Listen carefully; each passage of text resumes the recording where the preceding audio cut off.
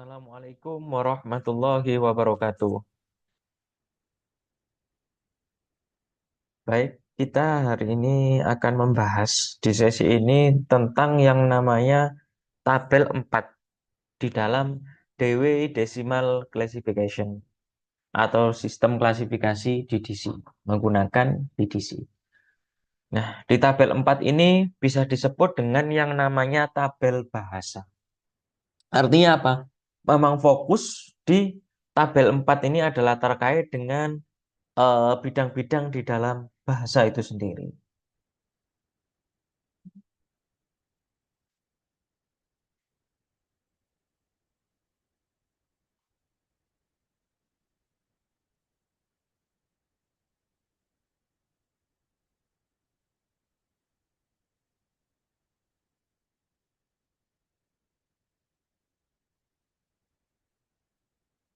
Atau kita kenal dengan yang namanya subdivision of individual language, yaitu di tabel bahasa. Ada writing system, etymology, dictionaries, sampai dengan standar language, standar usage atau standar penggunaan di dalam bahasa itu sendiri. Perlu diperhatikan bahwa penggunaan di dalam tabel bahasa ini sama hakikatnya dengan penggunaan tabel-tabel yang lain. Yang dimana di dalam tabel bahasa, notasi-notasi dalam tabel 4 atau tabel bahasa itu tidak pernah digunakan secara tersendiri, melainkan sama cara eksekusinya, yaitu ada yang namanya bagan klasifikasi dengan ditambah yang namanya tabel. Salah satunya adalah tabel bahasa, sama dengan penggunaan tabel-tabel yang. Kemudian penggunaan tabel 4 atau tabel bahasa ini dilakukan secara bersamaan dengan setiap angka dari bagan klasifikasi. Sebagaimana yang saya jelaskan tadi, bahwa sebelum menambahkan tabel 4, sebelum menambahkan tabel bahasa, harus disertai dengan yang namanya bagan nomor di dalam klasifikasi. Bahkan ketika tidak diperlukan, tidak perlu kita menambah-nambahkan yang namanya sebuah tabel. Baik itu tabel 1, tabel 2, sampai dengan tabel 6. Dan tabel 4 ini adalah tabel khusus di dalam bentuk bahasa, yaitu fokusnya di bagian klasifikasi untuk kelas, atau kita sebut dengan kelas utamanya. Main kelasnya adalah kelas 400. Disertai nanti dengan yang namanya divisionnya serta section. Terkait dengan teknis penggunaan untuk tabel 1 atau tabel 4, tabel bahasa. Yang pertama adalah yang namanya sudah terdapat pada bagan. Teknis penggunaan pertama itu ada kalanya notasi klasifikasi. Di dalam tabel 4 ini, penggunaannya adalah yang pertama adalah yang namanya sudah terdapat pada bagan. Contoh. Nah, sebelum masuk ke contoh, ini adalah rumusnya. Rumus yang pertama, BK atau saya singkat sebagai bagan klasifikasi, ya, plus tabel 4. Oke. Di sini ada keterangan bagan klasifikasi dalam kurung dua angka pertama. Kenapa kok dua angka pertama? Sebenarnya di dalam bagan klasifikasi ini kan ada tiga angka. Nah, ada tiga angka. Nah, angka yang terakhir di urutan ketiga, ada kalanya ini sama dengan yang sudah terdapat di dalam tabel 4. Contohnya seperti ini. Nah, sudah terdapat notasi dasar dua angka pertama pada bagan klasifikasi. Nah, contoh, saya contohkan dengan yang namanya judul Kamus Sinonim Bahasa Italia. Di dalam kamus sinonim bahasa Italia, coba kita lihat juga di dalam DDC. Kita buka EDDC kita. Nah, EDDC kita lihat di kelas 400. Oke. Di kelas 400 bahasa Italia. Kita masuk ke bahasa Italia. Oke. Ya. Dictionaries of Standard Italian atau Kamus Bahasa Italia.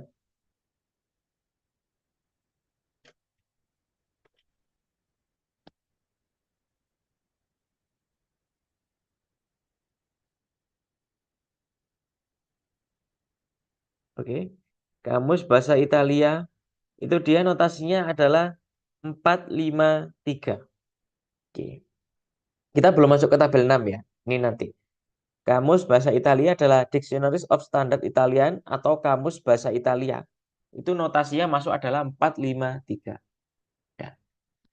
3 digit angka. Angka terakhir adalah angka 3. Oke, ini perlu kita catat dulu angka 3. Oke. Kemudian kita tarik.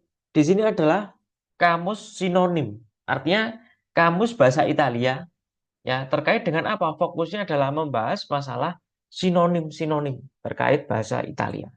Artinya kita perlu di sini yang namanya tabel 4. Nah, di tabel 4 kita cari yang namanya sinonim ini. Kita kembali ke home, ke tabel 4, sinonim. Oke. Sinonim itu masuk ke yang namanya 31 atau kamus dua bahasa. Itu bisa kita masukkan di sini.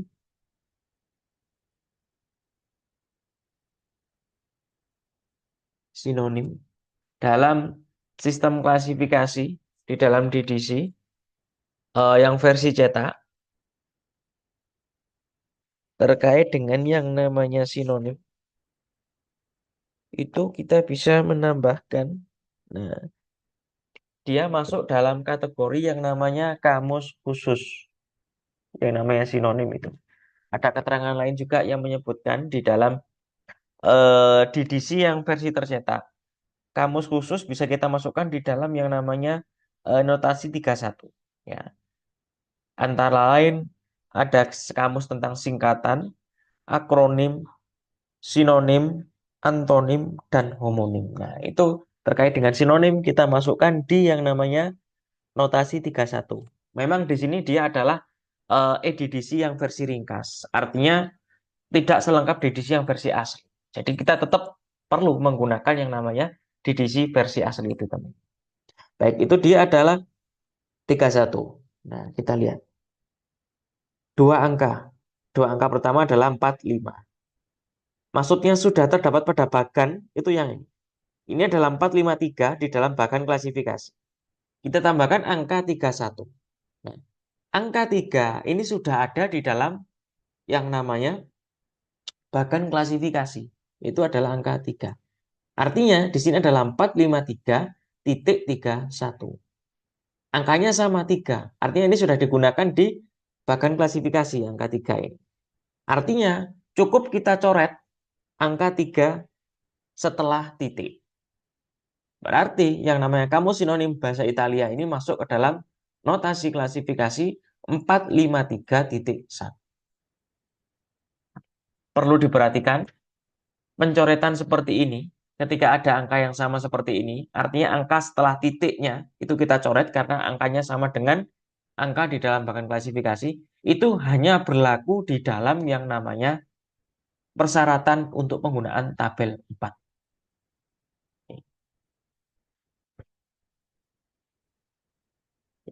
Yang kedua adalah teknis penggunaan tabel 4 yang belum terdapat pada bagan. Ini sifatnya normal, artinya apa? Di bagan klasifikasi langsung kita bisa menambahkan tabel 4.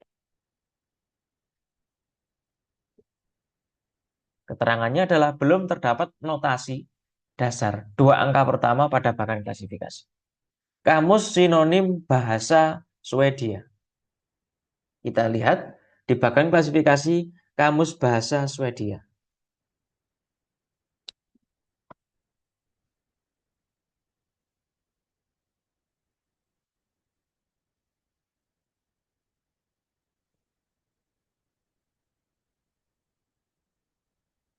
Oke.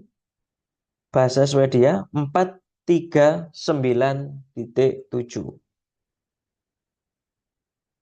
Kita tuangkan 439.7. Kemudian kita menggunakan yang namanya tabel